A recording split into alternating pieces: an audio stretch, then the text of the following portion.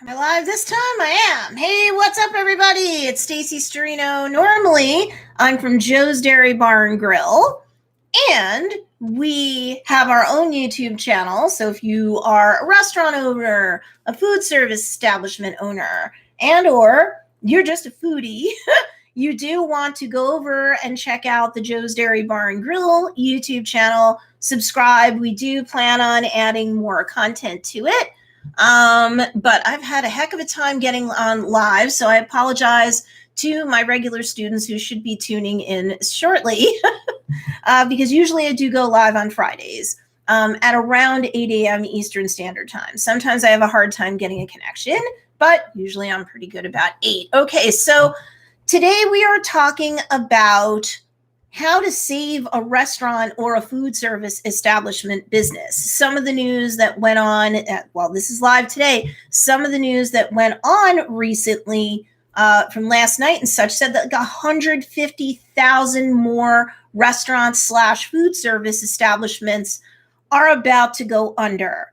From a variety of sources and benchmarks. And this is troubling for several reasons, not just for the food service / restaurant industry in general. Joe's Dairy Bar and Grill, we are part of that. Where's my hat? I should put on my hat to show solidarity. I definitely should. Okay, so my family business is Joe's Dairy Bar and Grill. We've owned our business since 2002. So we've been around the block a bunch of times. So we're not new to the food service industry. And why this is important to my students who are watching this, because some of them are food service, but lots of them are also products-based business, not edible products, let's say, or they're services-based businesses and such. So, but there's something in this for everybody in that. As I see that the news is reporting that 150,000 food service establishments are about to go off a cliff, I say this is the time to evolve and not perish, because Joe's Dairy Bar and Grill started to do that evolution back in 2016 when I changed up how we marketed and to some degree how we did business. And what ended up happening was that our numbers started to go way, way up. Now, this is, 2016 that we started, not 2020. However, as I get into what I'm about to start covering, understand when we've owned our business since 2002, we understand the industry very, very well. When we started going from being profitable, but not a lot in 2016 to 7 figures within 2 years, I think I know a thing or two about restaurants, food service establishments, and how to properly market and sell for them in an electronic / social media sort of way. So if you're watching me and you're not in those industries, you might be in an industry that until maybe recently didn't have much, if any, presence either on the internet at all. Like maybe you have like a website that's like a 5-page brochure site. As they say, it's got home, it's got about, like it's got the basics, but you really weren't doing a lot of financial transactions through your website. Like Joe's was definitely an example of that back in 2016. But fast forward to now, part of the business evolution, whether you're selling edible products, non-edible products, or services, it doesn't matter what you sell in one sense. It's a bit of a head fake, but you have to evolve so you don't perish. What Joe's Dairy Bar did not only brought us to 7 figures in 2 years, and we've remained there. We already beat our best year last year. Like every year over year was better and better from 2016. I can tell you that. But 2018 was a huge year. Sure, that's when we went to 7-figure. And then, 2019 beat out 2018. It wasn't ginormous, but it beat 2018. And now 2020, we're not even done with our active season. We're starting to taper down, and we're already with sales that are shockingly great for this time of year, honestly. And the demand is so much for us that we used to be a seasonal business. Now we're year round. We've already beat last year's number. We're already doing better than we've ever done before.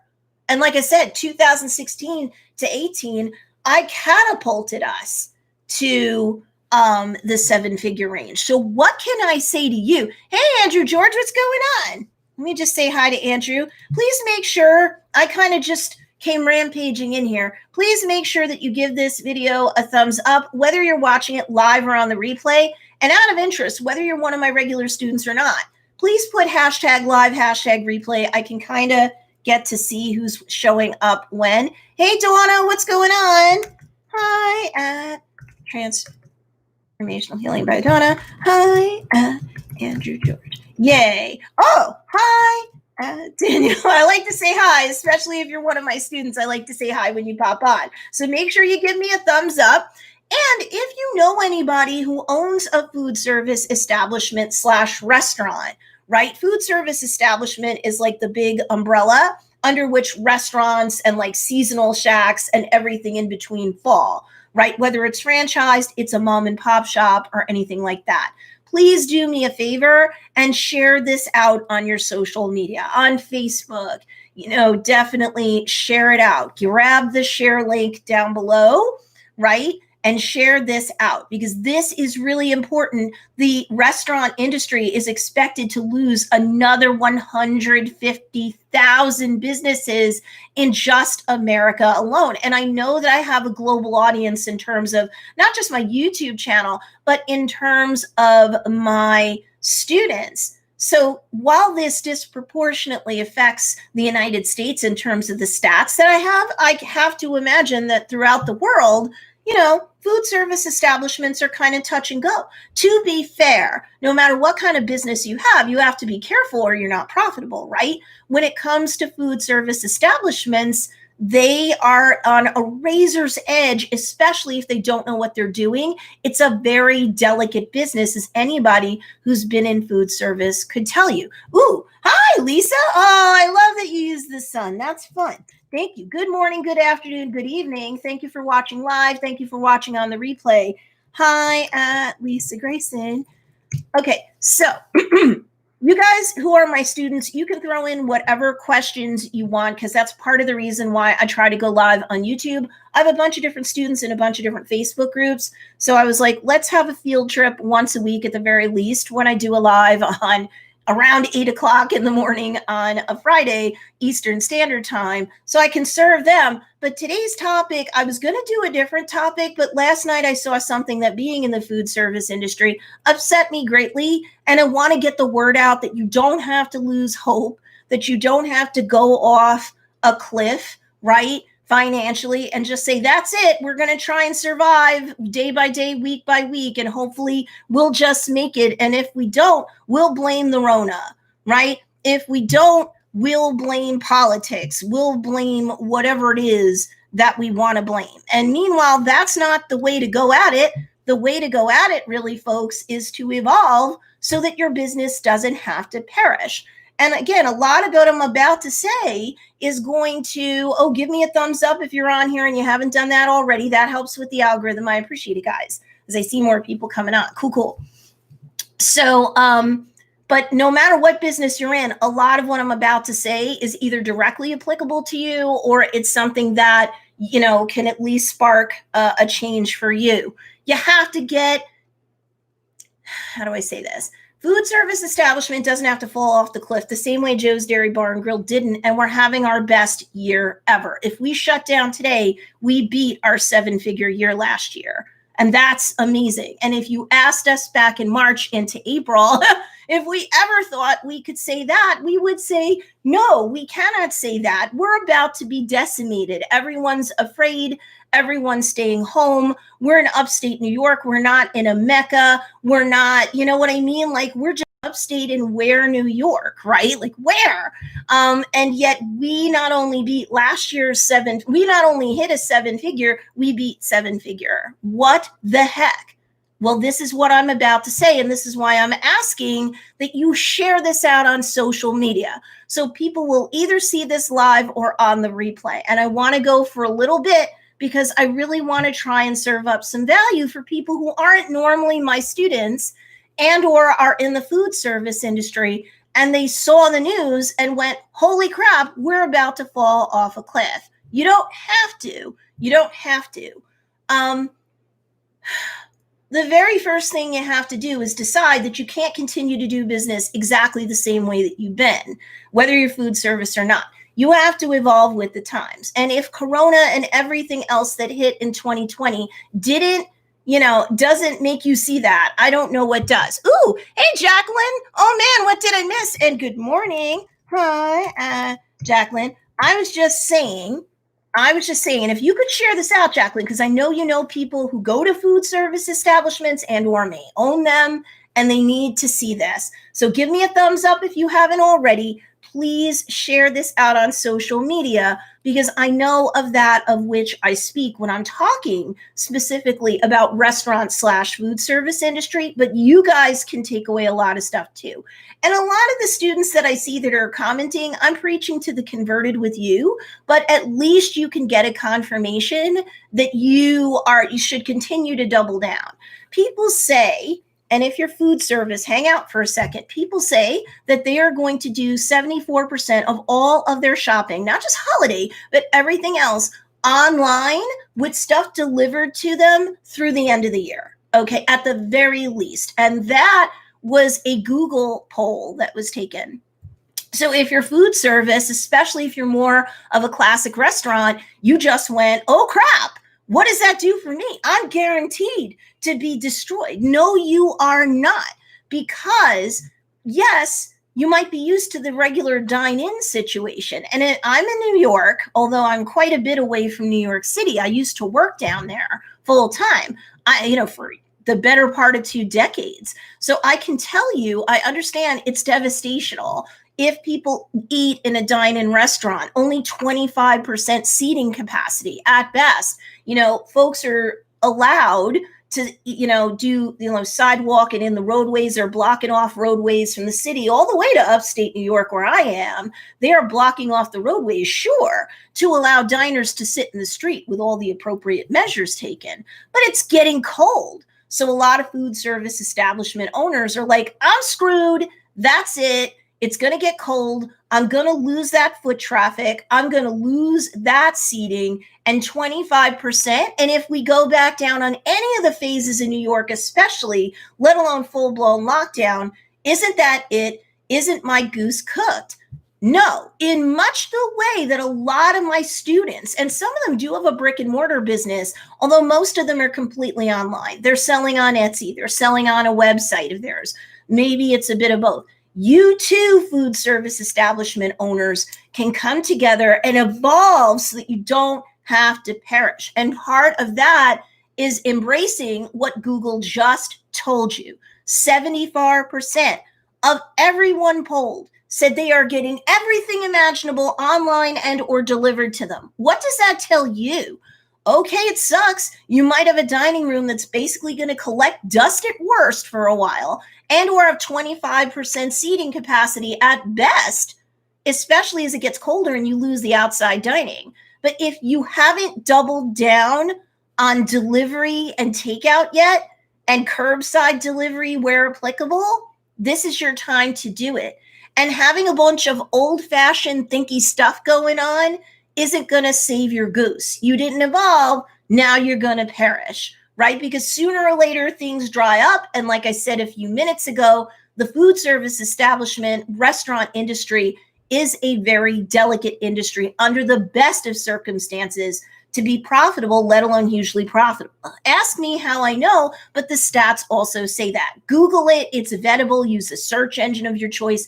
It's vettable. So what do? You really have to double down on having an electronic presence now. You really have to double down on your social media.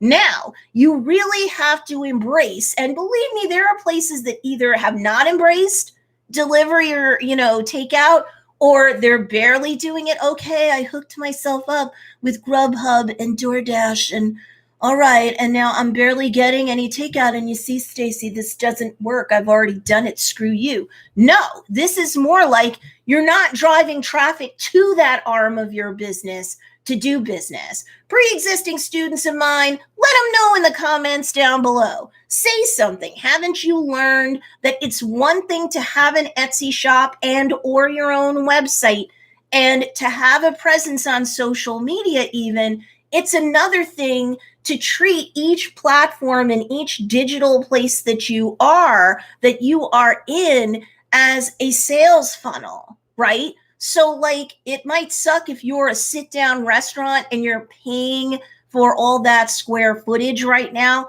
that is barely getting any traffic, especially if you're in New York City, you're only allowed 25% seating capacity. Like I said, you might have some outdoor dining, but that's going to dwindle and wane as the weather gets colder, right? So what do? Do you just sit there in the fetal position and you suck your thumb? No, you do not. No, you do not. You hook up to online takeout and delivery. And in fact, if you're like, well, I did that, now I'm on Grubhub. Are you on DoorDash? Are you on ChowNow? Are you on Uber Eats? And even if, let's just say, your food service, you looked into that 6 months ago or longer, and they didn't service your area, your block, whatever. I'm going to guess that since coronavirus came through and delivery went skyrocketing 90%, I'm thinking that you need to go back and check and ask again, because odds are some, if not all of those channels now have drivers to serve your industry. It takes 66 days in which to actually form a new habit. So I can pretty much guarantee you that the coronavirus and everything else that's come since, we won't get into that here because that's beyond the scope of what we handle on this channel. We don't normally discuss politics or anything inflammatory or incendiary because we're trying to work our business. You can't drive a car forward looking in the rearview mirror and rubbernecking about everything that's awful or everything you don't like. When you drive a car, sure, you have to check the rearview mirror. Sure, you check the side mirrors, but where are you looking most of the time? Forward. Otherwise, you're going to crash your car. Same thing with any of my students through YouTube, paid products, both. And that includes, but is not limited to, because I have students through the food service industry. I do. And if you just keep driving, checking out the rear and side view mirrors all the time or most of the time, you're going to slam into a brick wall. You're going to crash your car. You're going to crash the car of your business. So you need to double and triple down on takeout. You need to double and triple down on curbside, service. You have to double and triple down and hit every last platform but loose, so that you can get delivery. But that's not enough. That's a positive step forward. And for some restaurants and or food service establishments, that's a lot for them to do. And maybe they've done very little to none of that. But doing that is a necessary foundational step. But that's like, having a brick and mortar business in a void. You have to work on your social media and through your lives. You have to go live. If you don't like it, make your husband, wife, significant other do it. Make your teenage to young adult kids do it. You have to start punching a hole, via the algorithm and get in front of the people who are following you on social media. I don't care if it's a dozen people because you just started and or your kids set up your social media and you've done nothing or almost nothing with it. If you're food service, you have to really, really drive the traffic by doing a live. And if you're scared and you're on the edge of a knife, I hate to say it, you need to go live daily, or your husband, wife, significant other does, or your kid or kids do. My husband is barely ever online. I became the chief branding officer of a now 7-figure business that, if we stop today, already beat last year's 7-figure success in the world's worst economy, especially for food service establishment business owners. Are you kidding? You need to listen to me. Whether you're watching this live or someone shared this out to help people on the replay. And again, give this video a thumbs up, even if you're on your way out because you got to go right now. It really helps me out. Every comment, every share, every thumbs up helps. Okay, please, I need people to be able to see this in the food service establishment, in the food service industry. Oh, Transformational Healing by Donna says yes. Social media works. Watch all of Stacey's videos and catch up. Thank you. Thank you, Transformational Healing by Donna. I appreciate it. Hi, Personal Space Creations. What's going on? Hashtag live. Thank you very much. Andrew George says we have Uber Eats and Deliveroo here. And because we aren't in the center of the city before COVID, we could only get McDonald's or Subway and a couple others. Now there's around 100 options sometimes. Thank you. Thank you for sharing, Andrew George. I appreciate it. He's making the point that I made a couple of minutes ago. If you're just watching this live right now, I said, even if you're a food service / restaurant owner and you're like, I checked 6 months ago, I checked last year, I checked last season, check again, because more and more people are doubling, tripling, and quadrupling down because it's not safe for them to be open to the public. The weather's getting colder. They realize there's a demand for it, or lockdown made them have no choice. They either had to turn in their keys to their landlord or void their mortgages and walk away, or say, you know what? I have to do what I didn't want to do. But even if you've had good to great results with being on delivery, because people are searching to see if you have that available, there's a lot of other people who aren't necessarily doing that. They just presume you don't have it because you never did or you never made a big deal about it. So you do need to post on social media. Maybe not everywhere. Like, think about your niche. If you are a food service establishment owner watching this, and you're like, well, where do I go? There's a million different platforms to go on, and I'm working in / on my business. Where do I go? Pick 2 platforms to start. You're a beginner at online marketing and social media marketing then, and that's fine. You may be very experienced in the type of business that you're doing, and that's fine. But you have to start somewhere. We all start at 0, or we're all beginners at something. So pick the top 2 social media platforms that your niche is more likely than not going to be on. You either know that because you have a feel for it and in conversations with the locals you serve at your brick and mortar, or spend a half an hour to an hour Googling it or using the search engine of your choice and the browser of your choice, and boom, you're going to know where your niche tends to be. Even a restaurant or a food service establishment has a niche. You may think, well, my municipality is my niche. Not really, because you don't serve every single person that lives in your city, your town, your village, whatever. You serve certain people that are attracted to a business like yours, the cuisine that you're selling, the, experience that you're selling IRL, or at least providing as part of what the food that you're selling IRL or in real life. Plus, whether you knew it or not, the digital ecosystem that you're creating for your fellow foodies to come and hang out in. Joe's Dairy Bar and Grill is barely profitable as we started our 2016 season. We had locals and probably people from like neighboring counties coming to us sometimes if the weather was good and stuff, and that was it. We now have tour buses. Pre-COVID, we had tour buses coming. We had camps coming. We had camps from the borderline of Pennsylvania over by Wallenpaupack come. We had people coming from the tri-state area. We built it up to the point where our digital ecosystem was so compelling, people actually will travel. And even when the lockdown was the nastiest in New York State, we would have people say, well, obviously I can't get delivery. I'm not even in your county, but I'm going to go stir crazy at home. I'll get takeout and or curbside pickup at Joe's, and we'll eat it in the car on our way home and say, well, thank God we got out the house and we got something that we've been craving. So we're living proof that you can actually have the best year of your life, even as a brick and mortar, even as a restaurant / food service establishment. Okay, seriously. So whether you have a dining room or not, whether you're a restaurant or or food service establishment otherwise, because that's a big umbrella and restaurant is under that, and it's a big portion of that. But a lot of people have little to no dine-in.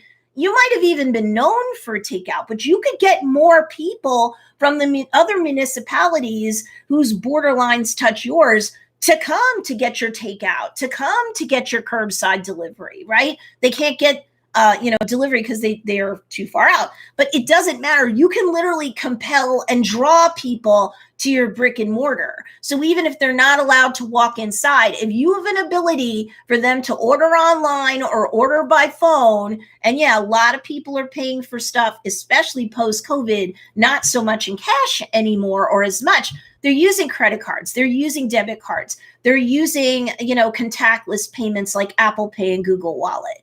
It's not that hard, depending upon what system you have in your brick and mortar, to either activate that if you're using computerized registers. Many do, but not everybody does. But, or to at least run their credit cards over the phone, run their debit cards over the phone. You can do that. You can do that easily. And of course, what with everything going on, signatures are not required. Even if you had machinery and agreements that said that they were, double check, because odds are you don't have to collect signatures anymore. I see that more people are joining us. That's awesome. You can put your questions down below. I'm going to get to them in a second. Please give this video a thumbs up. And whether you're a restaurant or food service establishment owner or not, please share this out on your social media. Grab the share link and have people look at it. So even after I'm done with the live, I'm going to post the replay. Some people don't post every replay that they do. I will post my replay. I will make sure that people can find it. This is your act of public service.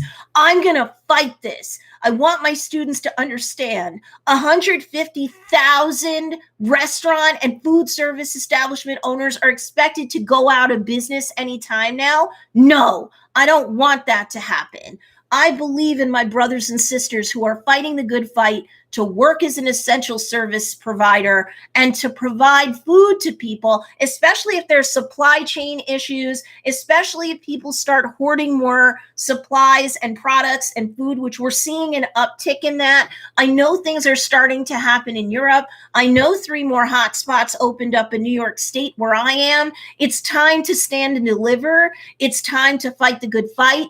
If 74% of all polled by Google said that everything that they get is going to be delivered or contactless through the end of the year, they're going to order online, they can still get curbside delivery takeout. And if they're close enough, delivery from you as a food service establishment owner. And even if you've offered that, you really need to do the lives, do Instagram reels, use hashtags. I'm going to get into that in a second. That's really important, especially if you have a brick and mortar presence. But for those of my students watching this that don't, and you're like, this next part isn't going to apply to me, it does, because a lot of people want to shop local, want to support local, and they'd rather get stuff from people who have a small brick and mortar business, a mom and pop shop, or they're doing their stuff at home because they like their odds better with you, whether you're selling products or edible products or whatever.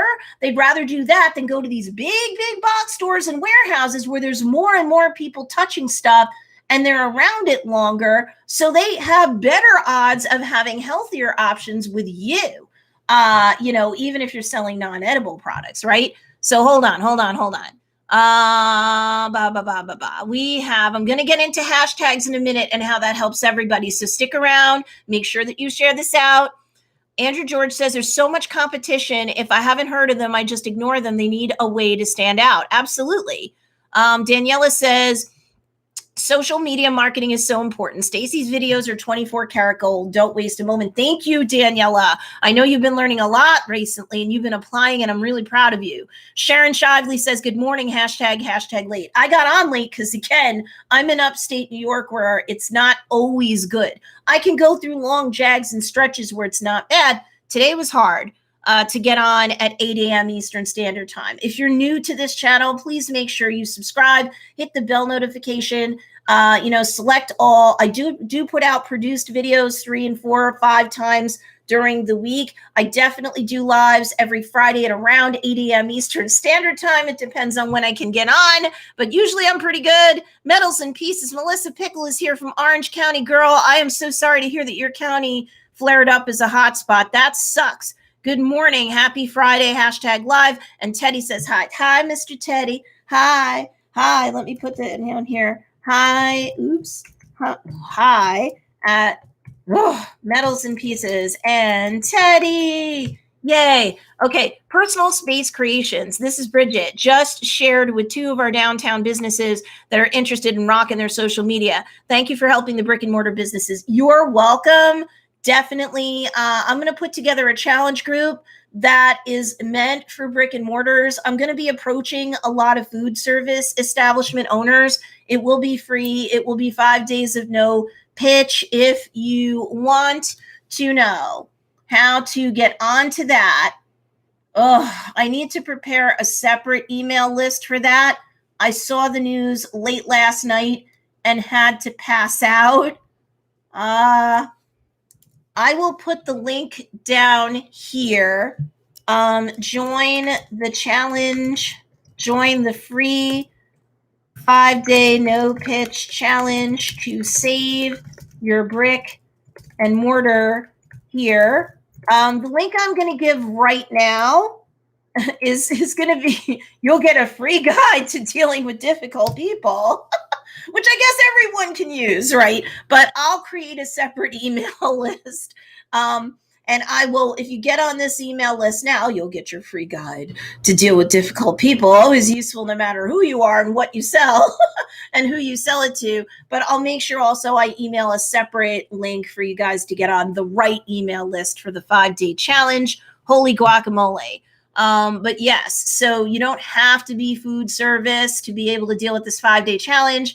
I'm going to put together all of the logistics for the 5-day challenge. And when that starts, it will be soon because I don't want to lose 150,000 food service establishment businesses because other ones that are not food service establishments are probably going to fall right behind there if they don't evolve in time and they perish because they're just out of time and they're out of financial runway to be able to stay open.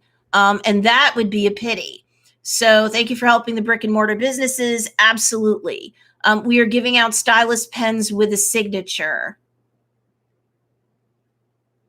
What do you mean, Personal Space Creations? You're giving out stylus pens with a signature. Let me know.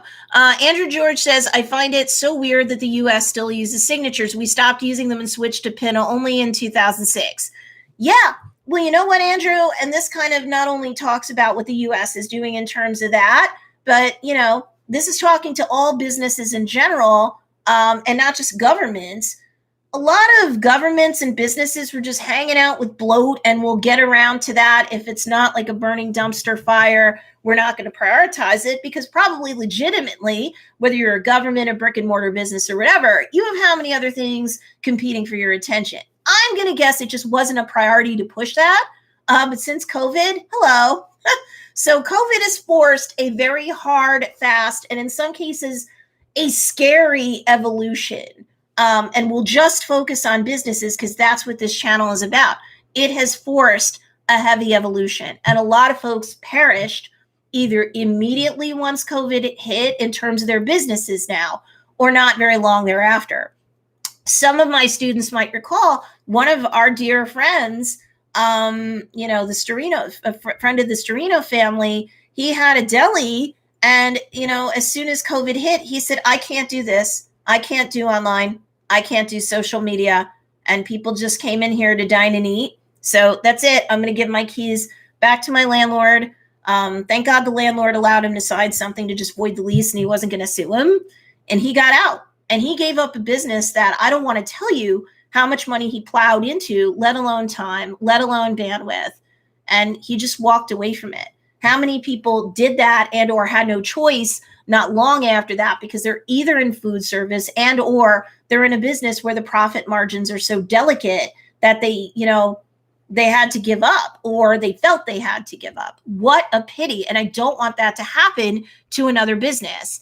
Daniela Waterhawk says maybe restaurants can create meal plans where they automatically deliver to their subscribers or meals ready to go for those on the run. I love that idea. That shows me, Daniela, where you were weeks ago with me and where you're thinking now. I'm very proud of you. That shows an evolved business owner's, marketer's consciousness. gold star for you, because that's kind of what I wanted to get to. I wanted to talk about the hashtags. I wanted to talk about digital community building. And I also wanted to talk about how you can get more streams of income as a brick and mortar, especially as a food service business, but any brick and mortar. And one of those things was a continuity plan. So, you have a value ladder of things that you sell within your business. A lot of my students understand core plus too. We're never trying to sell just core items individually. We're always trying to upsell, because not just because it's all about the money. I mean, obviously, if we don't make enough money, we're not profitable. That's a going out of business plan, and we have families to feed. But even that aside, let's put the accent mark on those that we serve, whether we're feeding them, we're selling them products, otherwise, we're selling them services or what have you.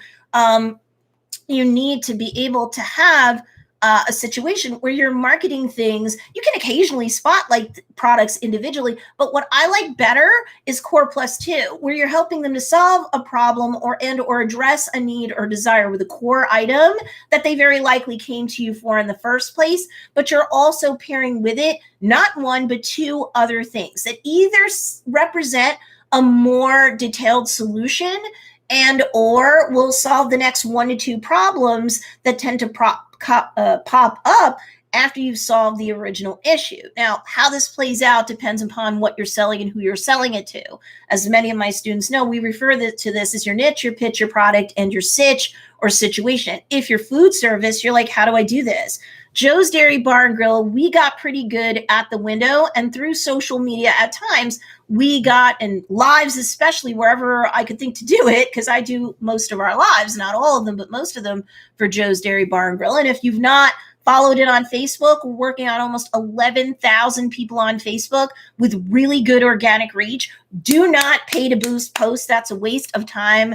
We barely ever run ads, usually around Christmas and Easter and Thanksgiving for a very short period of time. And what we spend on ads is hilarious to get the reach that we get, because we know how to work those algorithms. Stick with me, folks. Watch the videos I have on this YouTube channel. Get on the email list if you're not on my email list already, to get your guide to deal with difficult people and or to get on the challenge. I'll make sure I call all my children home from one list to the other. This is all late breaking news, because I'm like, no, we're not going to lose 150,000 food service establishment owners. But you do want to sell things core plus two style. You do want to have a value ladder. People might come in for your cheapest, easiest solutions and or price points, but eventually you want to ascend them to the next level where it's not so expensive, but it's a more complete solution and a more complete satisfaction. And then you have your highest level offerings, and then you have a continuity plan. So for food service, this is how this works, right? Because that's the theme for today. So I'm going to run with that. If you're food service and you're Joe's Dairy Bar and Grill, a lot of people in the beginning came for our most inexpensive offerings, our basics, basic fries, basic burgers, basic dogs, basic milkshakes, basic ice cream, right? Basic, not huge priced, very simple, easy. But once they trusted us for that, we would definitely be, or we would say it at the window or with promotions and stuff that we would do organically. We barely ever spent on ads, ever, like I said, and you don't have to either. You can go organic. And if you're strapped, scared, and about to go off a cliff, don't even sweat ads right now. You don't need them right now. Later, they're fun, and in limited quantities, they're fun. But don't spend money on boosting posts or buying followers or anything like that. That is not going to help you, and that's not what your concern is right now. But so the basic level of the value ladder are our basics that most people would think about. But one way or another, we would convince them to go to the next level of the value ladder, where we're talking about our designer burgers, our designer dogs, our designer milkshakes, our freak shakes, that we were in the top 9 in a couple of categories on Instagram only, a year or so ago? For goodness sakes. And people would be traveling just for our monster burgers, just for our freak shakes and stuff like that.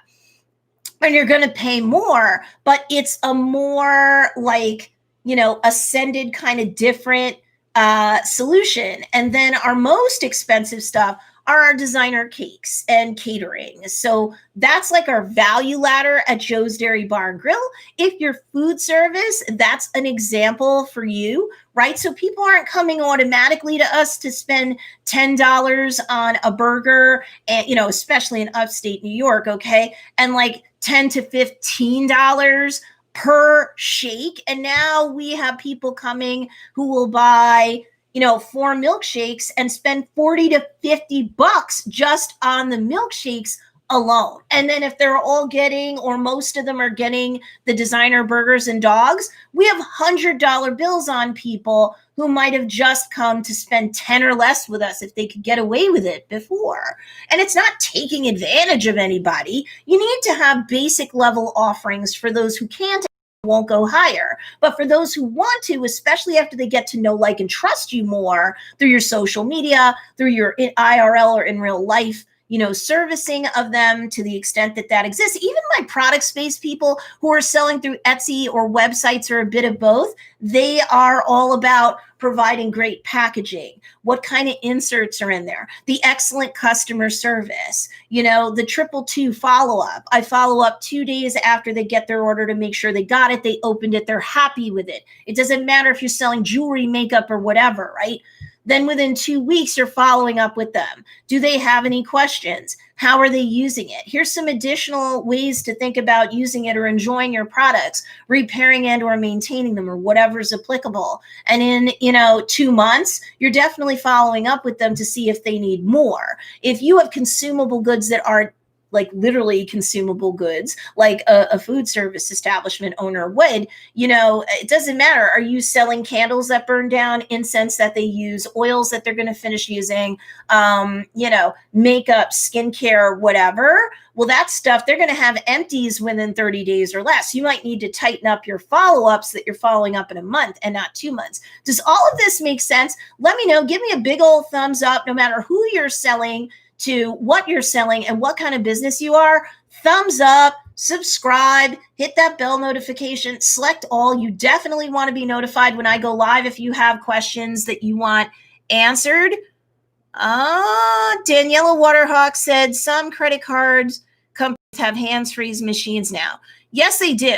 The evolution is going to continue with that no matter what kind of IRL sort of situation you have as a business owner. Shucks, thank you. Yes. So if you're food service, how do you have a continuity plan? You would do exactly what Daniela said. For those that have the money, have the interest, want to save time and bandwidth, you're appealing probably to a top percentile, but they're there. And over time, as your social media presence increases, your email list increases. Yes, Joe's Dairy Bar and Grill has an email list.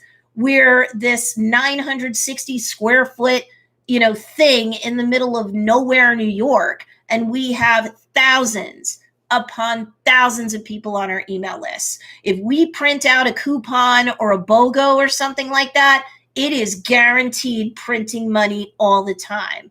Is it our off season? Are things slow? Do we need for our sales that week to be perked up? Boom, coupon, boom, Taco Tuesday, get 2 for the price of 1, whatever it is. Boom, shakalaka, boom goes the dynamite. Our income goes up and up and up. Typically, most weeks, we will make hundreds to $1,000 and more just with Facebook message ordering alone. A separate stream of income that's similar for our DMs or our direct messages on Instagram. You do not, and our email list, the orders that we get for cakes and for catering and bigger stuff, that way too. But you want ideally a continuity plan where low and slow you get it and people are getting orders from you, like from freshly.com and things like that, where they don't have to cook. Joe's Dairy Bar and Grill has been experimenting with, and the experiments are going very well with like kits that families can bring home and do there, because it's either not good picnic table weather or they don't feel like eating in their car. We don't have a dining room. We don't have a public bathroom. We're a 7-figure business in the middle of nowhere, New York. This is why you need to listen to me. I don't give a damn what you sell and who you sell it to. I can help you to save your business, but you have to be willing to evolve so that you don't perish, because every single brick and mortar business that goes down leaves a gaping hole in their community. It's not just you are out of your business. It's not just you that have to file for personal and or professional bankruptcy and or unemployment. It's how many employees. It's the ripple effect. It's the butterfly effect. This is why evolution hard and fast is necessary, especially if you're in a brick and mortar business. And if you're older or something like that, and you're like, Stacey, I understand conceptually, how do I do this? Well, you've got staff that are likely younger than you. If some of them are sitting around on a shift, guess what they're doing now, okay? And if you've got employees that want more work and you're like, fine, I'll invest a little if it'll help me earn more, then you can have them take shifts where social media is what they do, or they get paid by the post. They go live, they get paid for their time, right? If they're not on a shift and there's downtime, or there's not a bunch of to-go orders right now. Our staff grew our TikTok past 185,000 for Joe's Dairy Bar and Grill. We have a tester account that's just Joe's Dairy Bar. You want to look at Joe's Dairy Bar and Grill as the TikTok handle, 185,000 plus. We have millions and millions of views. You want to know why the tour buses come? They were coming before we adopted TikTok. We had a good Facebook and Instagram presence, but you don't need even 10,000 or 5,000 followers on a social media platform to really do well. We're still not huge on Instagram, but what I said is still true. We get orders on the daily for cakes, for pies, for catering. Can I order pints and quarts of ice cream and arrange a pickup? Yes, you may. Were we doing this before COVID? Yes, we were. Did that skyrocket afterwards? Yes, it did. And we kept up with it. So disproportionately, we had to hire on more people and or give more work and have more people work more shifts longer. And we were sweating because all this payroll. But on the other end of the equation, more profitability, okay? So for my intermediate and advanced students, whether they're food service or not, food service, it's easier. You know you need the bodies. But people who are working out of their homes and stuff like that, and they're selling like soaps and jewelry or, you know, whatever, they get resistant at a certain point to, or they're just too slow to do it. And at a certain point, you need more hands to help you so that you can scale and grow. I had to take on a video editor this year. I had no choice. I can't do all the videos that I'm doing and teach the students that are paid students and do the lives here and everywhere else that I do for Joe's and my own business. There's only one me. There's only 24 hours a day, and I need to sleep at least 7 of those. And society would like it if I showered, you know? So like, seriously, I get it. But you need to think, no matter what kind of business you are, brick and mortar, digital, or a bit of both, what's my lower level offerings? What's my middle tier offerings? What's my high tier offerings? What do I do through social media, email marketing, and lives to start ascending people up that ladder by talking about, I would never talk about at all or much your entry level stuff, or maybe just like a little bit. You're interested in ascending them up that ladder and getting into a continuity program. Like Daniela said, she kind of stole my thunder, but I love it because 2 months ago, she's like, I'm barely on social media and I understand conceptually what to do. I just need to know how to do it. And we've been teaching her more and more. So yes, Personal Space Creation says, when people have to sign our receipts, we have branded stylus pens that people can keep. Our regulars hold on to them and proudly show us that they are saving and using them. I love that. And that is stuff that, again, I'm not a tax expert, but issue spotting, at least talk to your tax preparers to see what, like Personal Space Creations, you're doing and what you can write off against interest. That's not, or against income rather. That's not bad. Daniela said, just watch Joe's Dairy Bar and Grill's Instagram video on making ice cream sandwiches. It was fun. See, people want to see how it's made, whether it's food, whether it's soaps, whether it's jewelry, whether it's art, it doesn't matter. So there's all sorts of stuff you can do. Let me talk about the hashtag thing because I was mentioning that before and I want to close that loop. So with hashtags, especially when you're a brick and mortar business, I wouldn't see Joe's. We often will flip how we do our hashtags. So maybe for food service and brick and mortar only, but you're getting to learn how to sell online more through your own website, and or with, especially for food service, like, platforms like Grubhub and Uber Eats and stuff like that. Okay. But you should at some point, especially on Instagram and TikTok, and Twitter, right? Because some people, you're like, hey, we have a Twitter account and that's popping. And maybe that's one of the two platforms on social media that I start with, because maybe I have a lot of business people or a lot of university students from where my brick and mortar business is located. So maybe Twitter has to be one of the two. For lots of you, it's Facebook and Instagram, but not always.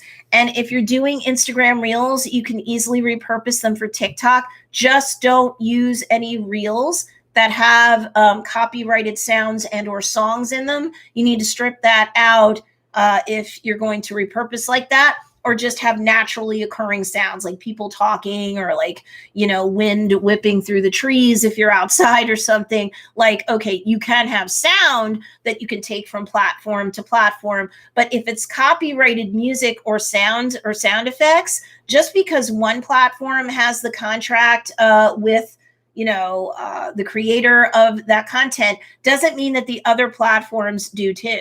Okay, so be very, very careful. I would rather, if you're just new to being in business and or business marketing through social media, I'd rather just have you talking. And if there's people talking in the background or just naturally occurring sounds, great. Don't mess with music. Nobody's watching your stuff because the music that's in it. I promise you, especially if you're brick and mortar, they don't care if you're dancing or singing or not. They don't care if the music's in the background. So if you don't have access to the music sticker on Instagram, I don't care. And you shouldn't either. And if you can't create an Instagram reel with music or sound effects, I don't care. You're missing the point.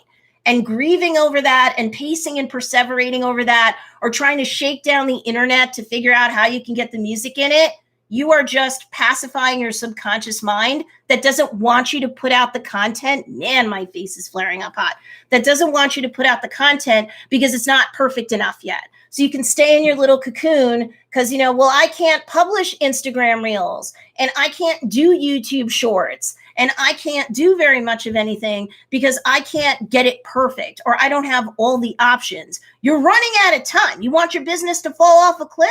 Goody, go distract yourself and pacify yourself consciously and or subconsciously. Forget the music, and you don't have to dance and sing, and you don't have to do jokes and pranks. What you have to do, because the vast majority of people watching this live or on the replay are adults, and you are business owners. You can stick to business. You can have a sense of humor, and that's fine. You can joke on your lives. You can do something funny in a reel if you want to, or on a YouTube short, or on a YouTube video that you create that's not a short form piece of content like a YouTube short.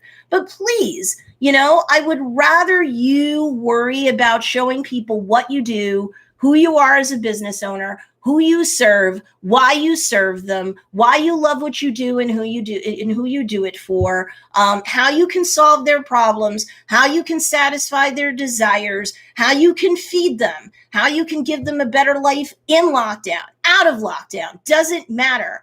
Talk to the people about what they want to know. Stop worrying about the gift wrap on your content. Because if I could just take you and smack you awake, put out the content, publish it. Stop being afraid, because you are creating a digital ecosystem. And when you use keywords and or hashtags on Facebook, hashtags are kind of a waste of time, but keywords aren't. On Instagram, Twitter, and TikTok, they're everything. So if you're not, as a business owner of any kind, using hashtags to optimize your content, you may as well be screaming into a void. No one, or almost no one, is going to see your content ever on Twitter, on TikTok, and on Instagram. It's just not likely going to happen. Maybe you have super fans that come to your store, eat your food, buy your stuff, whatever, and they look you up on social media, and they'll follow, subscribe, whatever the particular platform parlance is, and they'll see all or most of your stuff.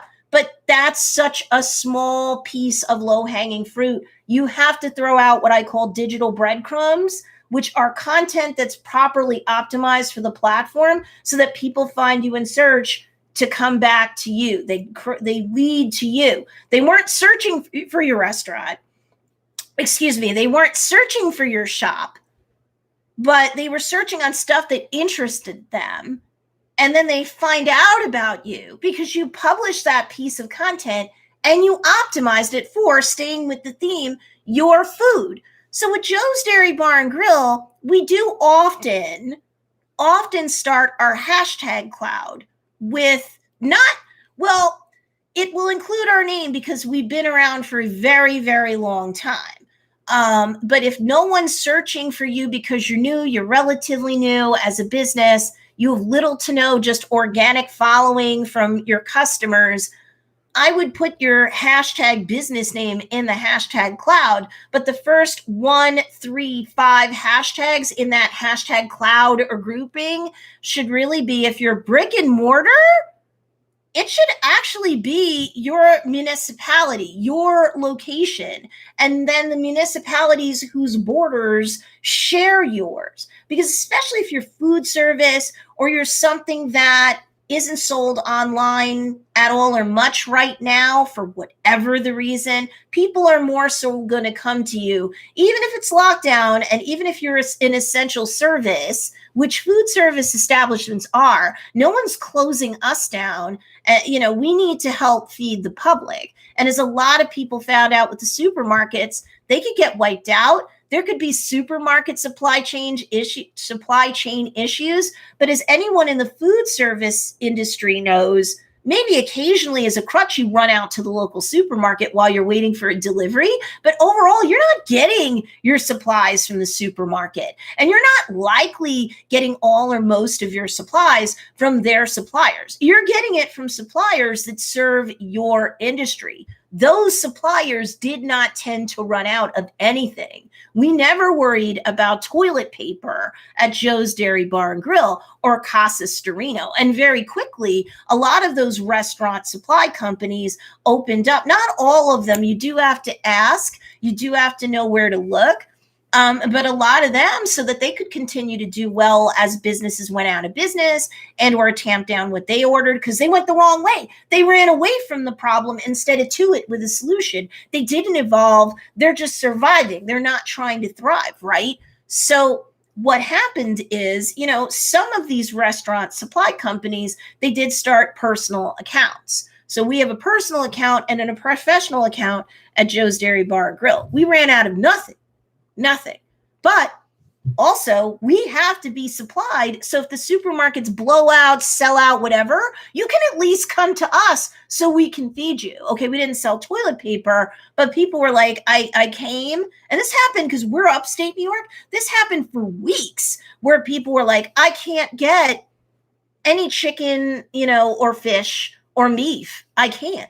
It's either sold out or they're grabbing it as fast as they're supplying it, or I have 1 or 2 packages and I have a family to feed. So I'm going to put this stuff in my fridge or my freezer. Can I get anything fresh from you to stretch out my supply? They're not going to close down food service establishment owners, whether you're a restaurant or not. You're going to close out if you don't evolve. That's what's going to happen to you. You're going to run out of financial runway and you're going to join the expected, projected 150,000 restaurants / food service establishments that the news expects will be snuffed out. I do not want that to happen. My family's business had its best year already, and we're not even done with the year. And we're 960 square feet of nothing in nowhere, New York. It can happen for anyone, anywhere, and we're in New York. I don't want to get into politics, but there are plenty of places where it's easier to do business no matter what you're doing and what you're selling and who you're selling it to. So if we can succeed here, you can succeed anywhere in the United States, anywhere on earth, even if all or most of what you do is brick and mortar. I all but guarantee you. Let me look at the comments. Andrew George, my Instagram reels have no sound, even if it's me talking. Well, they're glitchy. They're glitchy. And I'm sorry to hear about that. But your reels are probably still getting reach, right, Andrew? And probably much better than, say, a classic feed post would. Why is that some do and some don't? Sorry, I was raging along, Daniela. What do you mean by some do and some don't? I'm sorry. Personal space creations. A burger place near us sold uncooked ground beef when our stores ran out. And maybe they did, and that's normally, excuse me, Bridget, that's normally probably not what they do, right? We didn't do that. We just sold the cooked product. But I will tell you right now, that's an example of a brick and mortar, classic brick and mortar that probably can't ship all over the nation, right? They're evolving with the times, even if it's temporarily or while there's like a fad or a trend. They embraced it, and I'm sure that helped keep them in business. Music or voice on reels. Excuse me. Gosh, I need a drink. I apologize. I don't mean to drink all over you guys or, cough all over you guys. And no, I'm not sick. My goodness, everybody gets so crazy. You sneeze even once or you cough. They're like, oh, yeah, I'm fine. Trust me. I'm drinking a green drink and it gets very gritty. Okay. So that's what I'm doing there. Okay. So why is there no sound right now? I think Instagram threw out reels really quickly because TikTok got banned in India. And in the US, there was lots of talk about a ban. Then it was supposed to hit in a 72-hour period. Later on that week, it became available in the US and Norway and UK, Scotland, and a bunch of other places because they were like, well, I better deploy. I better stand in the gap and the vacuum, and we'll shoot first and ask questions later. And so I think that that's a lot of what you're seeing right now with Instagram Reels. I think over time, they're going to get the manpower to be able to fix things and iterate and grow. I know that earlier this week, they did announce that there were going to be updates that they were deploying. One of which is you get up to 10-second timer instead of a 5-second timer. So if you need to like set up or back up or get things like just so before it starts recording, sometimes 5 seconds isn't enough, depending upon what you're doing, what you're displaying or portraying. So 10 seconds they're giving you now up to, so you can adjust. And then they went from 15 seconds max on Instagram Reels. My students know I said this at least once. I said they're not going to stay stuck at 15 seconds because TikTok, you can have up to a minute. So, all this fast rollout that they probably weren't planning on, they're going to get it to the point where they can get up to a minute to be competitive. But I said to them, don't sit there and have sticker shock at 15 seconds because Vine, RIP Vine, you only had 6 seconds and you had no in-app anything, no music, no nothing. And quite frankly, I would prefer that because, again, everybody's getting caught up in, well, I have to learn everything and do everything perfect before I can do. Perfect is the enemy of done. Granted, you don't want bless this mess. Your first 100 reels or your first 100 YouTube videos or your first 100 posts and captions are all going to suck. But how are you going to get better if you don't go through the suckiness and the messiness of being a beginner, right? Like, it's the old saying, you have to learn how to crawl before you walk, and you have to learn how to walk before you run. God, go through it and just say, my goal isn't to have the first 100 whatever suck. I'm going to do my best to make sure I don't have bless this mess. But probably when I'm on 200 YouTube videos, 200 TikToks or Reels, 200 blog posts, 200 live streams, and I look back, I'm going to look back at that first 100 and go, yeah, those were crap, but I had to go through the crap to evolve to the awesome. So come on, I just got the 30-second option, and Andrew's over by Scotland, UK. I haven't looked. I have to be honest. I have to look. And there are other things that they're doing now. They're letting you edit and delete within a section of a reel, very much more like TikTok if you've created any content for TikTok, personal or professional. They're becoming more reels like they have to, they should. This was probably a much harder, faster launch than Instagram wanted. So as much as it's like, oh, it sucks, I don't have any sound, or it sucks, occasionally when I shoot a reel, I get a black screen and I don't get anything.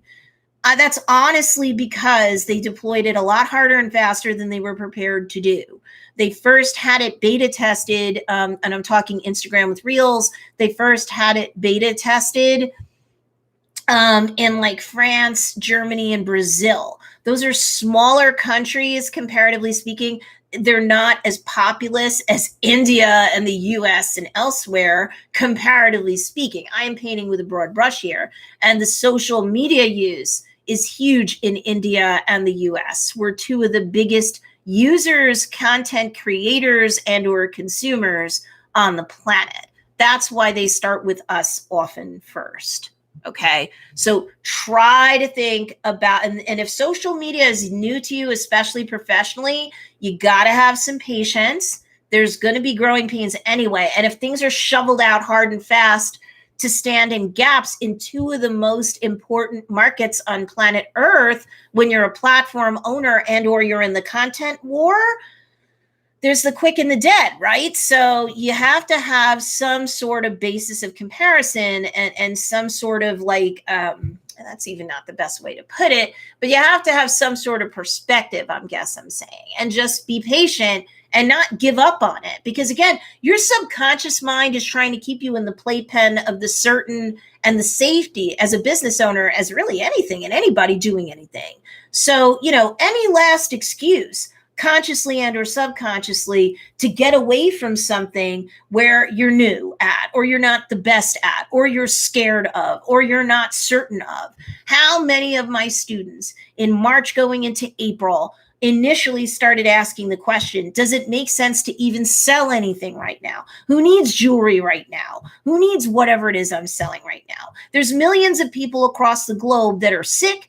How many hundreds of thousands are dying? How many of them have lost jobs or at least are temporarily furloughed? And I said, no, they need you more because you can sell to them online what they now need to have shipped or delivered to them. People still have birthdays. People still have life events. They might have to be reimagined. I'm going to be 50 on October 16th. You think I'm going to have a 50th birthday party? No, I'm going to have a rain check party. Who the heck thought that was going to happen?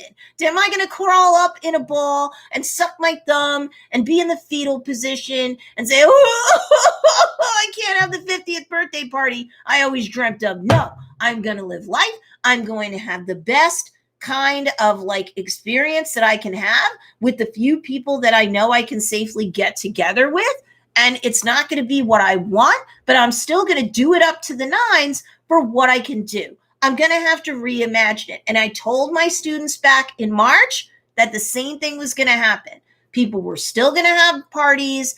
They were just going to have it with 10 or less, or it's just going to be the family that's living together, but we're going to elevate it to kind of make up for it. Not everybody is putting everything off forever. So I'll still have an event in my example, but I'll have to have a rain check party later. And if later 6 months to a year from now to 2 years from now, God willing, I'm still alive, I'm going to do it up style. But until then, I'm going to make the best of a bad situation. And people are still going to need to wear jewelry when they go on virtual meetings, virtual dates, virtual get-togethers. They're not going to be wanting to do the same old.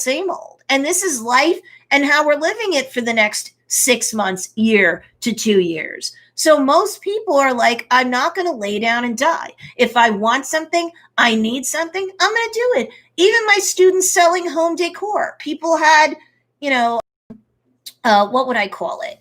People were nesting like they do when they're pregnant, and they like set up like the whole nursery and they sweat every last detail of it. So people are nesting in their homes. They are bored. And so it's time to redo your home, reorganize your shelves. Andrew sells, amongst other things, organizers. He started selling out on stuff that in some cases initially was like, what? I sold out on all my shoe organizers. What? Now people are buying towels and they're getting, they're getting embroidery on it. So this way they're not touching each other's towels while they're fresh, and they all go in the hamper and they wash it. They're trying not to have cross-contamination in a household with 2, 3, 4, 10 people in it. Andrew continued to do business.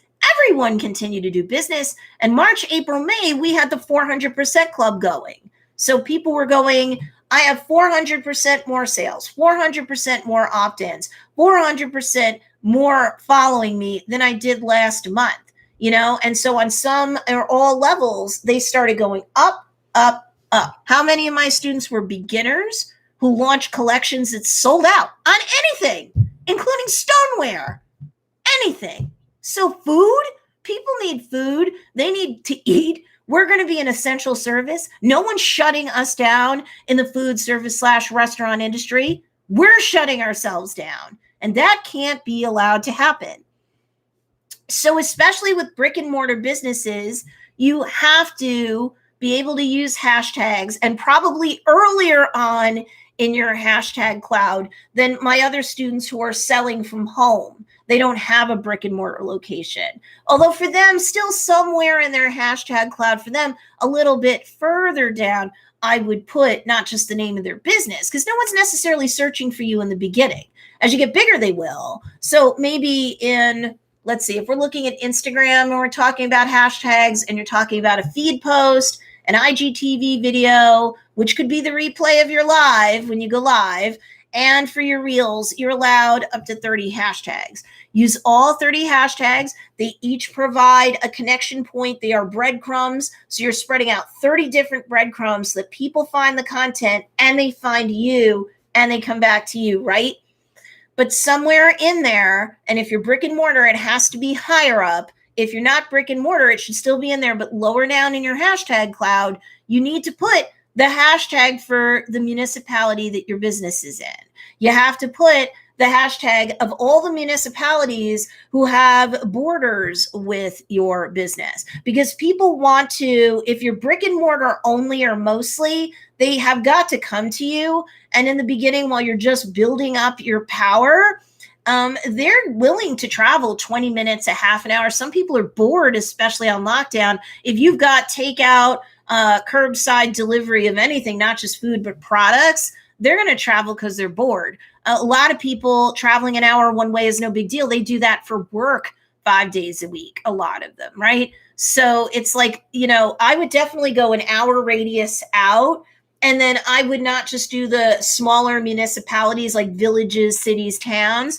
Then I would do, like if you're in the United States, read in what you need to elsewhere, of course, county.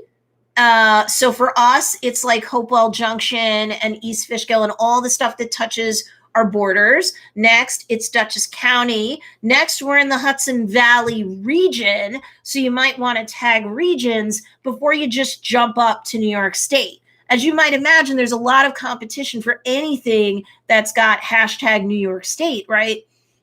But it'll be in there probably further down, like if you were using Joe's Dairy Bar and Grill as an example. But I wouldn't lead with New York State because that hashtag has a lot of competition. But the municipality in which Joe's sits, which is Hopewell Junction, nowhere near that. And locals want to support local businesses. And for those that don't want to or don't need to travel far, especially if they can't get delivery, well, then they want to see what's closest to them. But then the surrounding munis, same thing. And Dutchess County, it is a pretty big county. They do come bigger and they certainly do come more population dense. But trying to rank for Dutchess County was very effective for us. So this is just hashtags. Also, look at Joe's Dairy Bar and Grill. Make sure you subscribe. Once my business started exploding for like the Stacey Storino stuff that I do, because now I'm a 6-figure business. And like I said earlier, well, really late last year, I hired the video editor and a graphic designer because I just can't do it all myself anymore. At some point, intermediate into advanced, you're going to have to scale and grow, whether it's with your business itself or whether it's the social media and or content creation and or publication. You are at some point not going to grow at all or much if you don't get people to help you. But if your restaurant, food service, or brick and mortar, if there's ever downtime for your staff, not anymore. They're going to be creating content. I don't care if it's a reel or if it is stuff for a YouTube video. I don't care if they go live, you go live with them. I don't care if they're taking pictures of stocking shelves or assembling things or cooking things if you're food service. I don't care if it's a picture of somebody sanitizing a surface or mopping a floor. People want to look behind the scenes. You are letting them see into your business and into your at least professional lives. And you need to have that content out there and keep putting the digital breadcrumbs out, the content themselves and the hashtags and or keywords that will lead people back to you, food service or not. But start with the smallest when you're doing hashtags and or even keywords that have the smallest amount of competition. And if you're brick and mortar, that's likely the municipality you're in.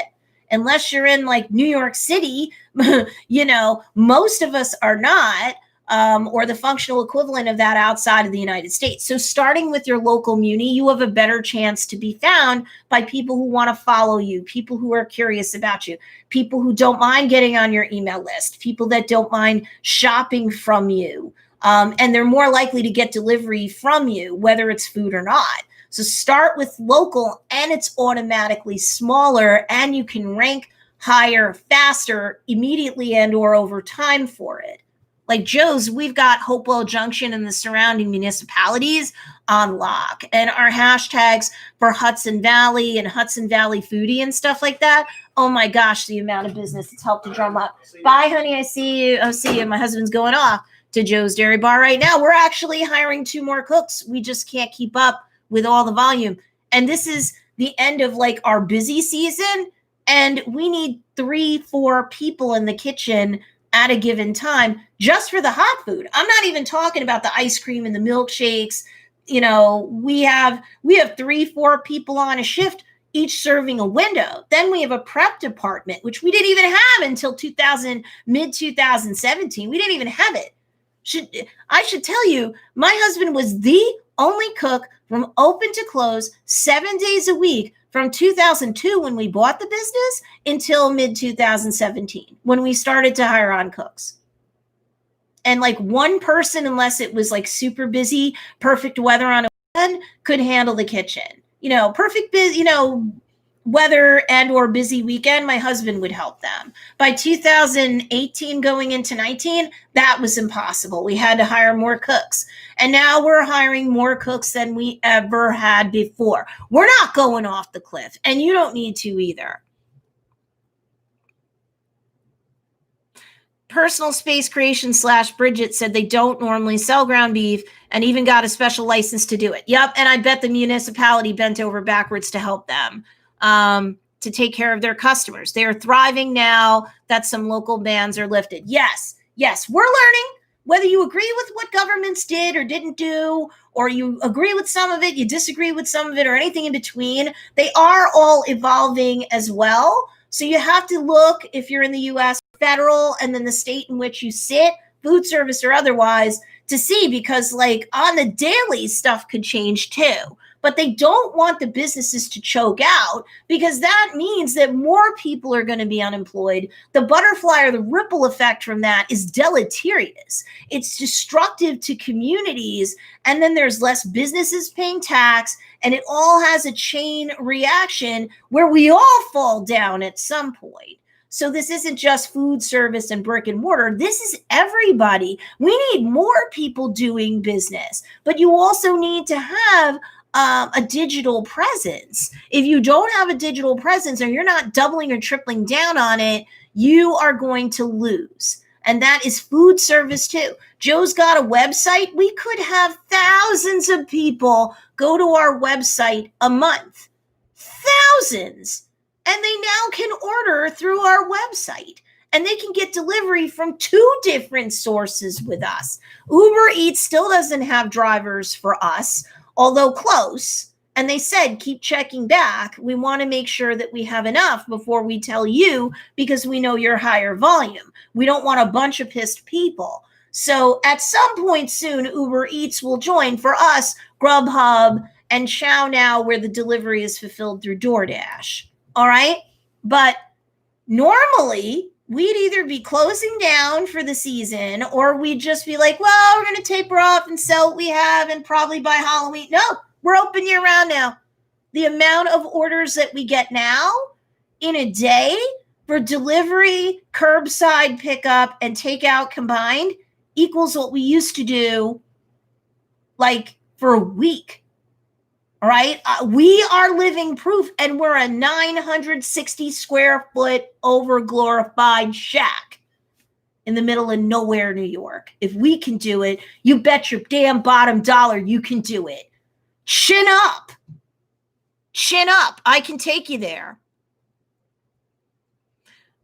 Bridget from Personal Space Creation says brick and mortar businesses that do have customers need to mention their social media and websites to their in real life customers. We started doing that and gained followers that also got onto our email list. Yes. So the three most important macro conversions or big conversions that any business, including but not limited to food service establishment, brick and mortar, not a bit of both, it doesn't matter. The three macro conversions that are most important are getting more social media followers. It's more social proof. You can throw out more breadcrumbs. You can continue to build a big digital community. The bigger and more passionate your community, your sales go up, because anything that anybody's passionate about, they're focused on, and they will support, right? With shares, they will support with comments and likes. And of course, they're going to support with the next big macro conversion, which is getting on your email list. Following, subscribing, whatever the platform parlance is, and getting on your email list are two actions that are free.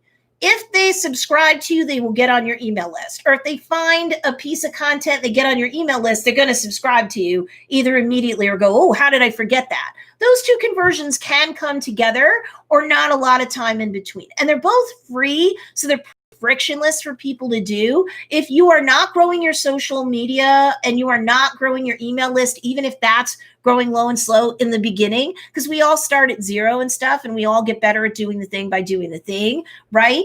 Then you have like some sort of problem in terms of proof of concept. And that's another topic for another day.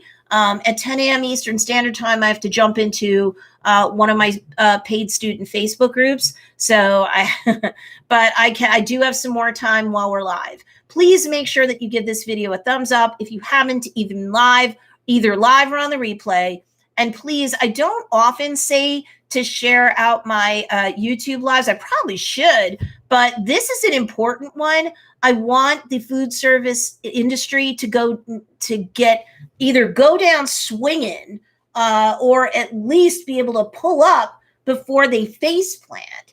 And so not all of these businesses are owned by baby boomers who don't want to do stuff. And I have plenty of students who are baby boomers or much older Gen Xers, and they are very hard workers. Once you sell them the concept, they will perform. One of my biggest 1,000% increase people, she's 76 years old with her business. Holy crap. She has thousands of Instagram followers and is making the best money in her damn life. You go, Elizabeth.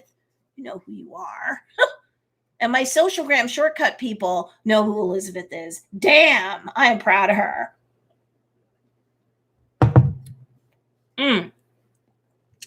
Let me see.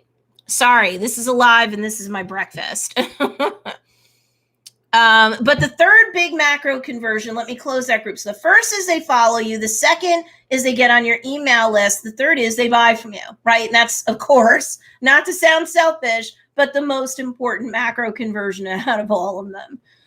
If you think about sales as a funnel, marketing and or sales as a funnel, you have to do a lot of lives. That gets the best algorithmic reach. You have to do some video marketing, even if it's something small and frictionless, like a 15 to 60 second TikTok or a 15 to now 30 second Instagram reel. Don't worry about the damn music. Stop.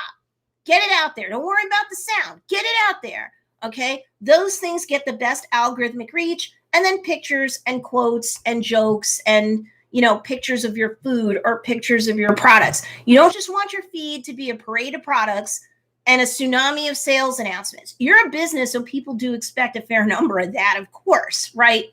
they're not following a personal name, it's kind of hard for them to be shocked. This isn't direct sales where your Aunt Benwina comes out of nowhere and she starts humping your shin bone like a dog in the month of July for you to, book a party with her. This isn't what we're doing. And you were like, but Aunt Benwina, I was following you on Instagram under your private account. Heavens to Murgatroyd, I didn't know you were going to do this. No.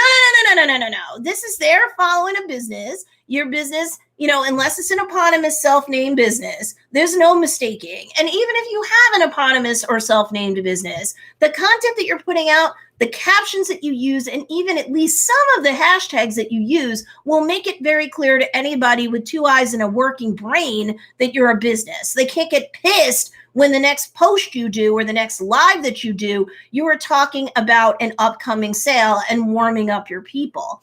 And if you're Joe's Dairy Bar and Grill and Food Service establishment, you're like, well, we don't really have sales. Do you? You should.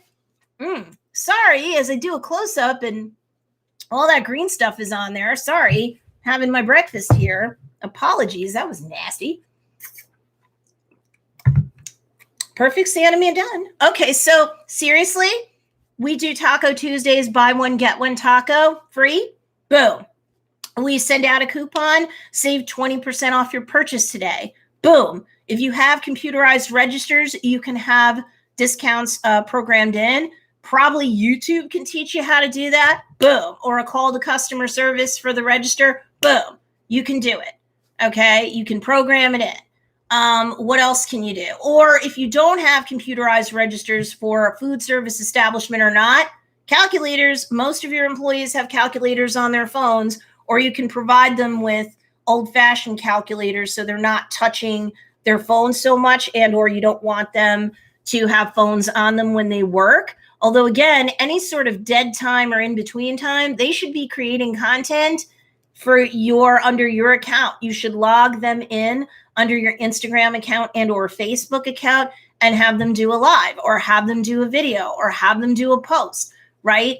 They should be creating photos and writing captions and hashtags. The younger they are, the less frictionless this is for them, right? The younger they are, the more digitally native or natively intuitive this stuff is to them. Even if they're not used to putting a marketing cap on, content creation, publication, and optimization, they're either going to know all of that, or if you're like, okay, this is how I want the hashtags to go because Stacey just told me we should be doing hashtags in terms of not just the municipality in which we sit, but municipalities with every border that touches ours, and our county, territory, and our region, and then our state. Wow. Okay. So, but with youngsters like those or young adults like those, usually it goes, okay, click.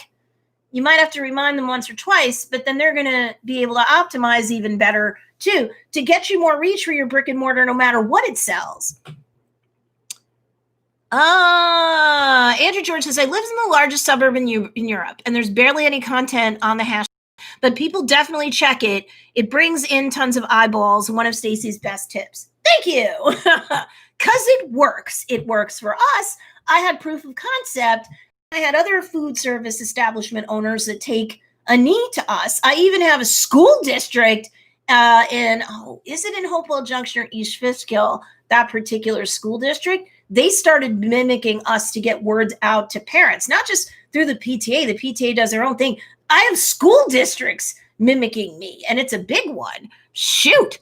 So it works. So Andrew George adds, even just the small part of the suburb that I'm in, the hashtag for it brings in lots of local likes. And over time, as people get to know, like, and trust you as the business owner, over time, as people get to know, like, and trust your business and the digital ecosystem or experience that it creates, the more people over time who subscribe or follow, whatever the platform parlance is, they're going to start talking to each other and or you, both publicly in the comments and or privately through Messenger on Facebook or the DMs or direct messages on Instagram, for example.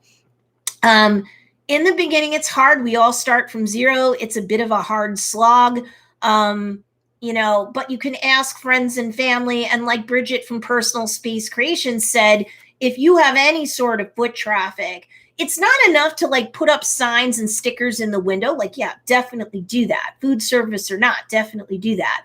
But sometimes people are like, their attention's here. You really need to go where the attention is. And I don't have my phone on me. Darn. When does that happen? Because usually I can't even go to a room or even to the bathroom without my phone. You have to go where the attention is. So sometimes they're just passing by. They don't even see what's in your windows. You think it's right in their face. They should see it. If that's where their attention was. The cat has been out of the bag on phone and mobile devices for like a decade now, people. And the younger they are, even millennials, the younger they are, the more their face is planted in their phone till they practically walk into walls. So yes, put it up there for the older people, more Gen Xers and baby boomers, although increasingly they're all getting like this too, right? The stats are showing year over year the amount of Gen Xers and younger baby boomers that are using social media, that, you know, not just online doing searches, but using social media have increased. The amount of older TikTok creators and or consumers that shot up in March and April is jaw-dropping. We've never seen that in human history.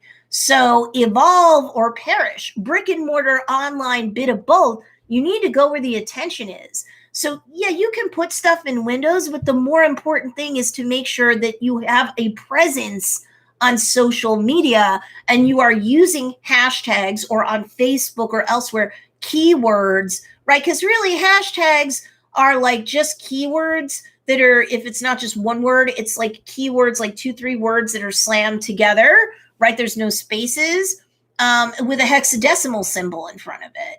So that is what turns what were regular words into a hashtag. It really isn't that much more complicated than that, but the way that Instagram and TikTok and Twitter tend to store and or index things or organize things, they need the hexadecimal symbol in there. Why? I don't know. It started with Twitter. Who cares? All I know is that this is what works for brick and mortar, digital presence, and a bit of both. And it doesn't matter if you're selling food or anything else under the sun, it works. It took Joe's Dairy Bar and Grill from barely profitable in 2016 when the year started to a 7-figure business by 2018.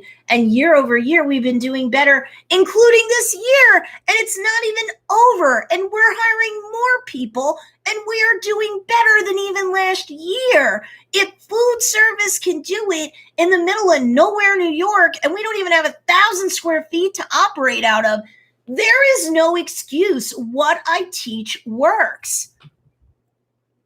Let's see. Go dog go. It's a tough business. I just put myself through uniworking. What's that? As for the wait staff, locally, some restaurants have put their longtime devoted staff on Venmo list so that their devoted customers can send them a tip when they're at home having a cold one. And that's not a bad idea either. You can totally do that. And that's showing that you're loyal to your staff. So they're more likely, not only your staff going to appreciate it, but whatever kind of digital ecosystem you already have going on through, say, Facebook and Instagram, for example, they're going to love you more for it. Because me is dull, dull, dull. You are actually trying to protect your staff. You love them. Oops. Hello. I froze up there. You love them. You love what you do, and you love who you do it for, and you love and value your staff. People love to see that. So it's great on so many levels to do that. Go Dog Go also added and updated their restaurant social media with the goings on of their employees during the COVID shutdown. Of course, this works better in non-Marxist U.S. states. All right.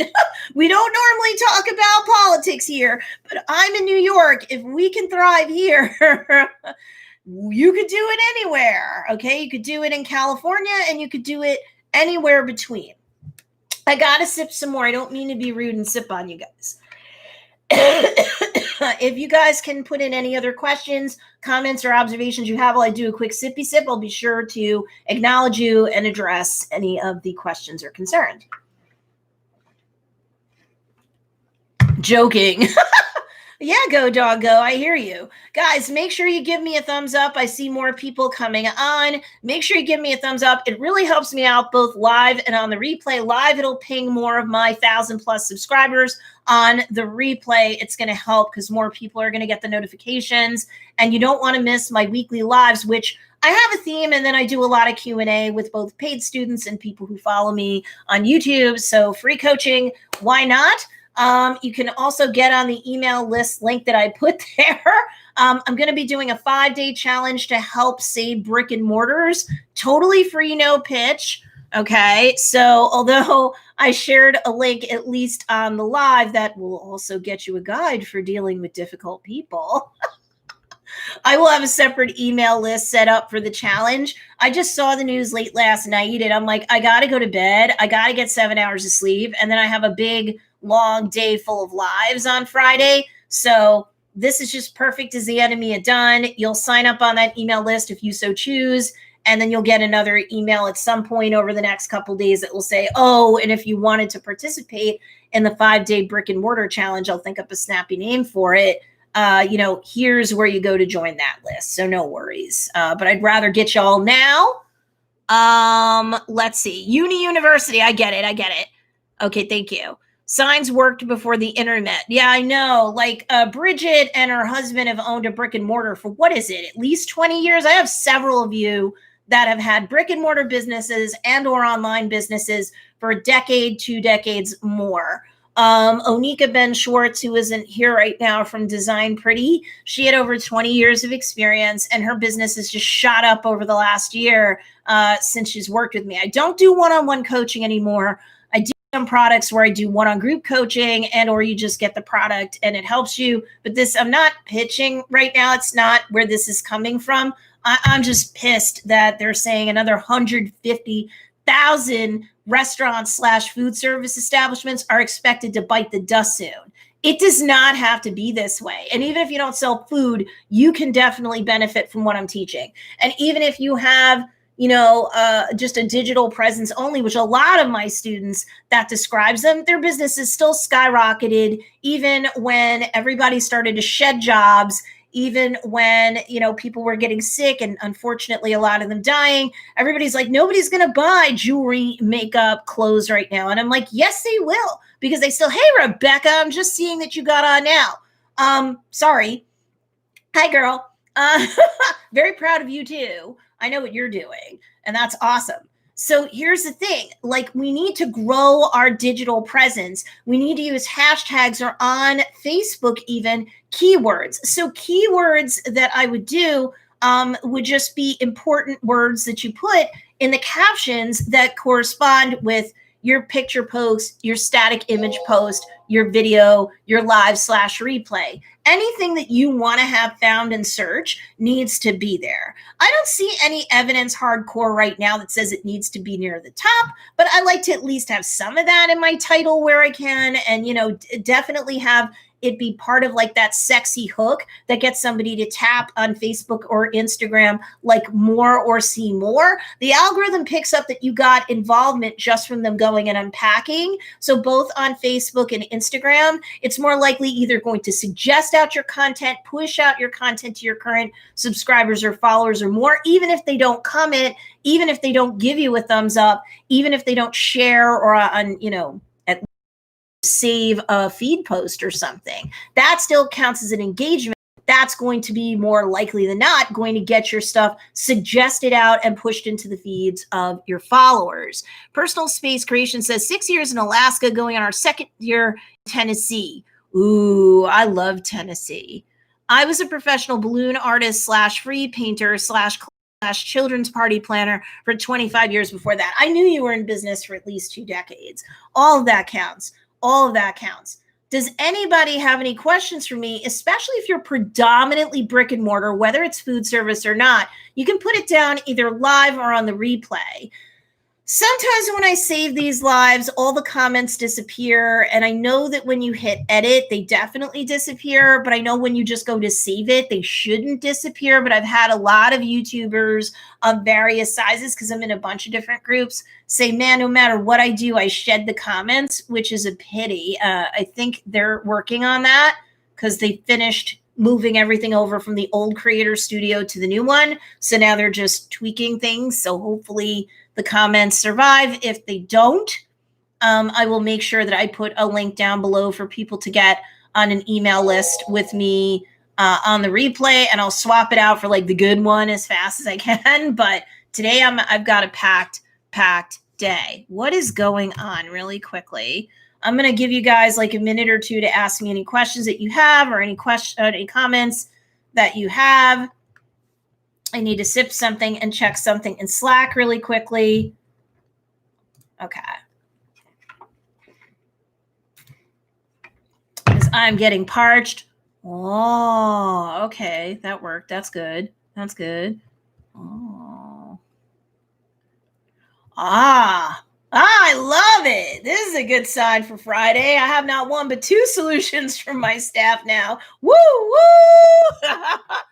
Oh, thank you, Stacey. Still listening here while working. Great info. Oh, please. Thank you, guys.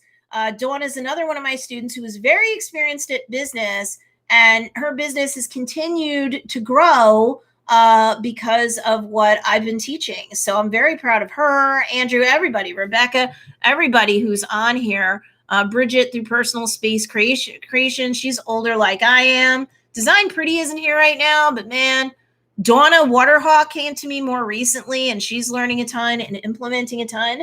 So it's very, very important. Please share out with any brick and mortar business that needs to hear me reading them the riot act during this hour and 40-minute, holy crap, live that I've been doing this morning. I do have to wrap it up now. If you're a Socialgram Shortcut student, I'm going to very quickly finish my green drink, finish my drink. And as long as Facebook doesn't give me a hard time now, it's less Facebook and YouTube and more just my internet connection. I'll be in there at 10 a.m. Eastern Standard Time sharp. I will be doing a 5-day challenge, if not next week, the week after, but I want to do it fast because 150,000 brick and mortar food service establishment businesses are expected to go out of business. This is ludicrous. We can't have this happen. And you can change it so fast.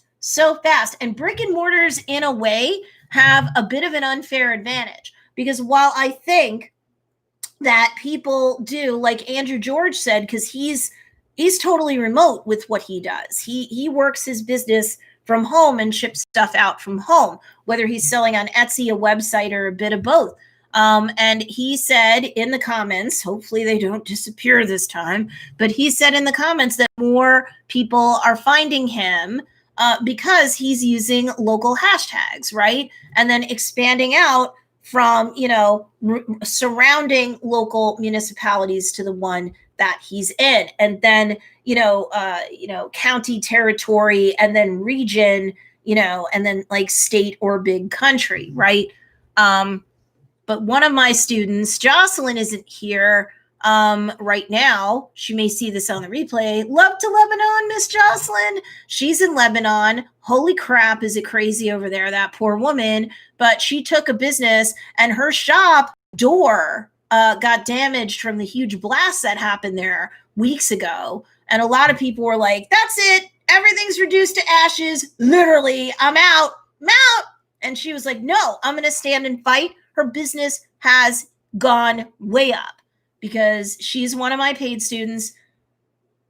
We discussed this in a group and I was just like, girl, you have to keep going. Gave her some direction in terms of her hashtag because she was doing hashtag Lebanon. And I was like, push that further down in your cloud, reorganize your hashtags and just keep going. Boom. Her business is doing very solid now. She's like, if I was 2 seconds away from giving up. So if I can help Jocelyn in Lebanon, I know I can help you if you're in the US or anywhere else on goddamn planet Earth. Join the movement.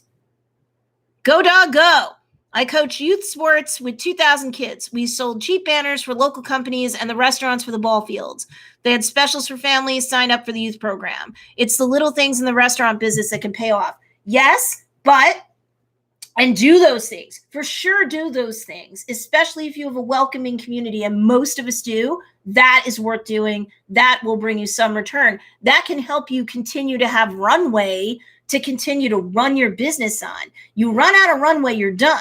But I want bigger, more massive action stuff going on so that the food service establishments and other brick and mortars don't have to collapse. Like, even if they can't have outside dining, even if, God forbid, it's not safe and they have to shut the windows with wood boards and or metal just to get through a crisis. We don't discuss those things here. We stick with business as much as possible. But I'm telling you, they can still do delivery. They can still have quick curbside takeout. They can still have, curbside delivery or takeout. They can still sell. And I have students who do it all the damn time. And everybody else who was selling from their home, and they were like, oh my God, how am I going to get the locals to continue to support my business? How can I continue? I'm scared to even go to the post office. And I'm like, you got to do it, because if you don't, you're done. And you know what? My students don't just survive, they thrive. I am so proud of them. And I've said to them recently, I read them that Alfred Lord Tennyson. Oh, thank you, Galilee. I read them that that Tennyson poem, The Light 600. Into the Valley of Death rode the Light 600. My students followed me through March, April, May, June, and people had second business quarters that either met or beat their fourth business from the holidays. And these are people who had businesses that only tended to thrive in the holidays. And it was just like making it through for a lot or most of the rest of the year. And Jennifer Chamberlain Majors, who's another heavy hitter from my group, she's not here right now, but she's probably going to be in there at 10 o'clock for Socialgram Shortcut. And she said that she just missed her fourth business quarter numbers from 2019 by $1,000. And her second business quarter, she would normally not do much business at all. So I am telling you, no matter how crazy it gets, who you are, what you're selling, who you're selling it to, why you're selling it, is it edible or consumable or not, I am telling you, you need to go where the attention is. And sadly, that is less in real life and more digital. And God forbid we have phases or lockdown again.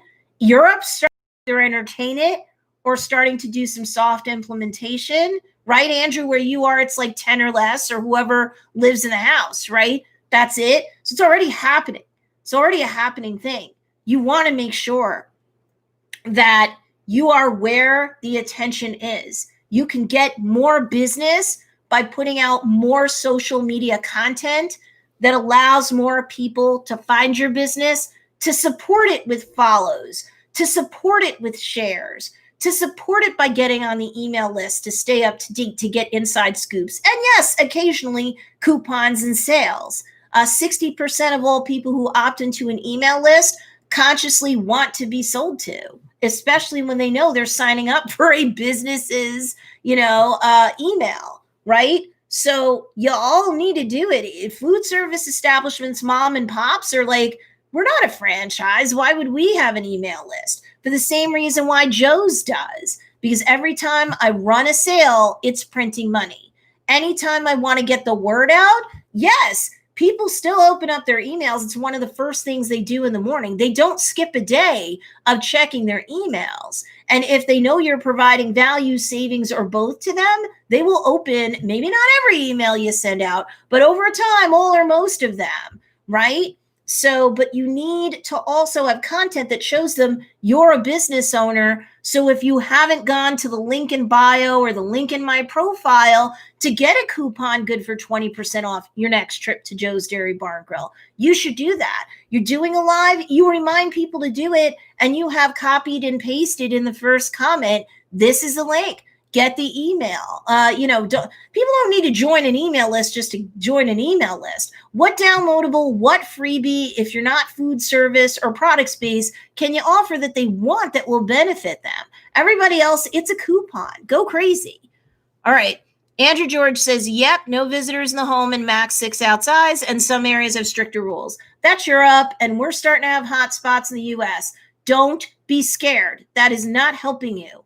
Jocelyn's damn door had damage from the blast in Lebanon. She was scared. She was 2 seconds away from giving up. She admitted this later. So I don't, in one of our groups, I'm just going to tell you she's brave. I didn't give you her last name, but my students know who she is. They know that this was real. She was 2 seconds away from giving up her business. That is doing well now. Okay? You need to double and triple down on social media, but it's not just enough to shovel out the content.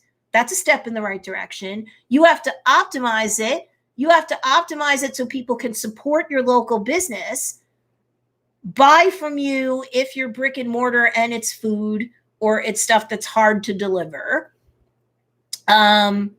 or your food and you have delivery out a couple of minutes. Oop, I got to jump. And build up your email list and keep that social media going. But you have to also put in your social media content if you're putting up like a joke or you're putting up a quote or something, because sometimes you'll want to break up the parade of products or the parade of food pictures and or the sales announcements. You might have a joke that your niche will like. You might have a quote that you think would inspire them, but still make sure that's in that caption. Pretty quickly, you let them know you shared this. You're a business owner. This is who you serve. This is how you serve them. And visit the link in bio or in the profile because boom, don't just put out the joke. Don't just put out the quote. It is meaningless if you do that. Personal space creations, President Trump. I know. I will talk to you guys later. Be sure to subscribe if you haven't. Please give me a thumbs up. That helps more than you could ever imagine. And if you're watching this on the replay and the other comments disappeared, darn it, but do comment. I will check my comments on this throughout the day. And if you're in Socialgram Shortcut, we go there now. Bye. Chow mein, says Go Dog Go. I hope I see you later. Bye, Go Dog Go, and everybody else. Later.